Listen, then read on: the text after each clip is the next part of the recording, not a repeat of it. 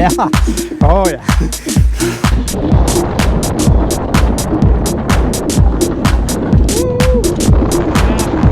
That was so fun.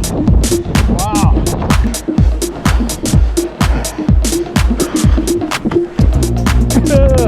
Tree. Yes. You get to see Biff number 2. Okay, so this video is actually going to kind of recap what I did the other day. I actually took some slow motion footage of me going off the jump, and I want to talk a little bit about my progress. Um, and I'm certainly have a ways to go, but my progress has been pretty good so far. So I'm gonna back myself up, and this is the first jump of 2 jumps that I'm gonna show here. And I talk a bit about this compression, um, just really getting crouched going into the launch, and then as you come up, notice how my body is coming up and I'm starting to go back because I'm going to pull with my arms. Now, the key here is I'm at this point in time, I'm starting to push with my legs. So you can see, but if we go back here, see how my knees are bent, and as I'm coming through here, I'm pushing down with my legs, and you can actually see how the bottom bracket is going down, like I'm actually compressing the suspension. I mean, look how compressed the fork is and the bike is at this moment, and that's kind of what you want. And then as I come off, I start to pull up the front end, and right here is kind of key. If you ever do any footage of you jumping in slow motion, which is a good idea to do it, watch what your front wheel is doing here. So notice how here's the edge of the lip, and my front wheel is actually going up. It's not above the edge of the lip, and we'll talk about that in a minute. But for now, let's just talk about where I'm at today. So I'm still pushing with my legs here and pulling with my arms, and then I come off the ramp. And the next key important thing here, and this is where I've really changed, is look at the angle of my bike. The front wheel is higher than the rear wheel, and the biggest thing here is my rear tire is still in contact with the ramp. For so long, by the time I got into this position, my rear wheel was in the air and my rear wheel would start to take off and sometimes not even hit this third plate on this hopper ramp. It would start taking off right around where my cursor is here, right around where this first orange piece, or even here. And so my rear wheel would take off and then start going kind of in this arc and start heading this way.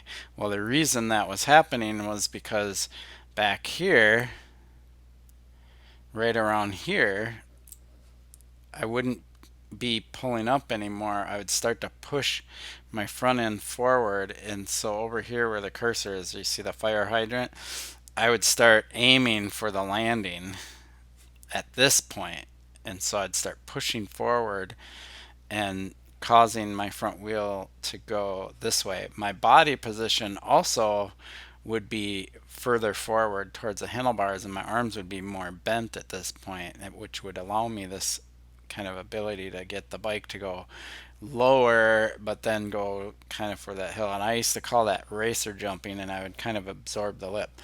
The difference is now I'm actually getting some use out of the lip, and you can watch I'm still going up. You know, this is the key to getting higher, is this kind of I'm still going up, still going up, still going up. Now I start to kind of stall out and level off, and then I start to nosedive.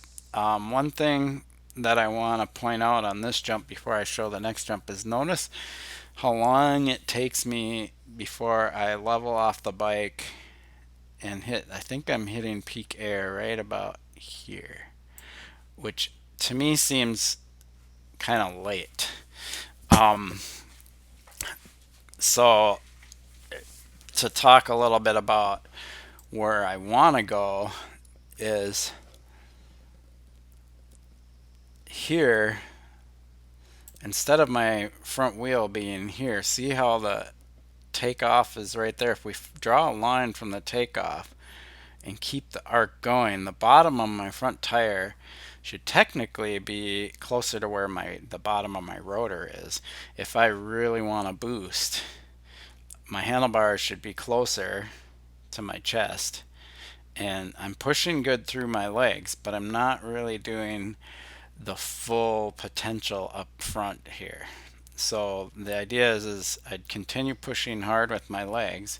You can see that my knees are mostly straight, and I'd pull a little harder on the front, and by doing that my peak air would be more like here, and I'd be much higher. I could probably, if I did it right, and I see some riders do this, their tires would literally be about where my knee is, the bottom of their tires. Like literally, they'd be that much higher. It's pretty impressive when you see somebody that really knows how to boost, how high they actually could go. Like it blows my mind, and I'm hoping I get there someday. But this is a huge improvement for me, and it feels really good. Like when I'm going through the air like this, it just feels so good. And then notice how, I do my little tip thing that I always like to do, and then notice how I'm angling the bike for the landing, and boom. I mean, you can't really get a smoother landing than that. I mean, look at how I just land. You don't see this huge, like, harsh landing. It's a nice, smooth, compress it a little bit and ride away. So yeah, I'm really happy about this. Let's look at the next jump. That's this one. Let's expand it out. Oh, I guess I gotta do this to expand it. All right, here's the next one.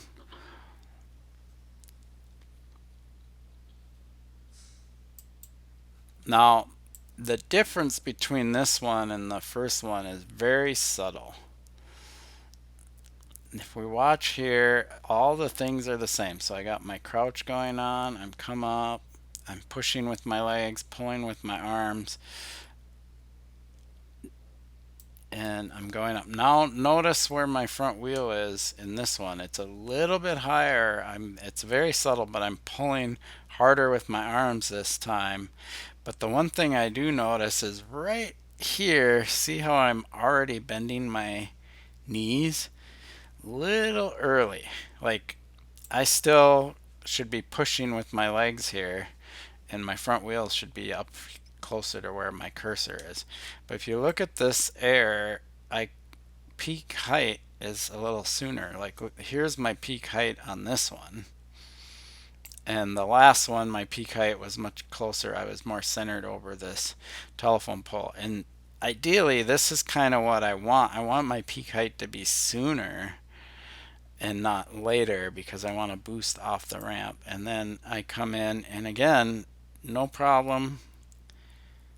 Angle for the landing, super smooth. Like, so both of these jumps actually felt really good, but this one felt a little more poppy than the last one. So I'm talking about, I'm going to stop myself right here. I'm talking about this body position. I'm going to hopefully, well, this will get overwritten when I switch to the other one, and I'll have to come back to this. But we'll come back to this in a second. What I want to show is when I was doing my bunny hop demo, let's go to my second one here. When I was doing my bunny hop demo the other day, this is the same body position as I have when I'm approaching the jump. I want to pause this here. Okay, there we go. As I'm approaching the jump, crouch, come back, pulling up the front end. Watch my body position right here. Boom, that. See where my hips are, see where my arms are, and all of that. That's what I want when I'm coming off the lip. I want to definitely be more focus on pulling up that front end and then let the back end do its thing. So that's the key right there to popping higher off the jump. So now let's go back to the jump and compare that to my bunny hop. Now look where my hips are. Whoops, let's pause it. It wants to be in play mode. All right, right here, look at where my hips are compared to my bars and the angle of my bike. So when I talk about my front wheel being higher, my hips should be closer, my arms should be pulling, and the bike should be at a much steeper angle at this point. And that's how I'm gonna get the pop. So I have to try for that. That's my goal. So I'm really happy with my progress. Not gonna complain about it, but this is the key. Just right through here, I need to change up what I'm doing, and I need to be a lot more aggressive, pushing with my legs, pulling with my arms, really getting the front wheel to pop up there. And so let's go ahead and run this through, and you can watch the full slow motion video of it. Boom. Another thing, when you watch the slow-mo, you can actually see it, and I'll run it again and I'll talk about it. Watch the fork. And so this is the key to where I'll know I'm getting success. You'll see the fork decompress right as it comes off the lip. And it's going to do that, but it does it quite a bit. Watch it pop, pop. Yep. So I believe if I'm pulling properly through here, that wheel won't pop right there like it does as much. It'll do less. So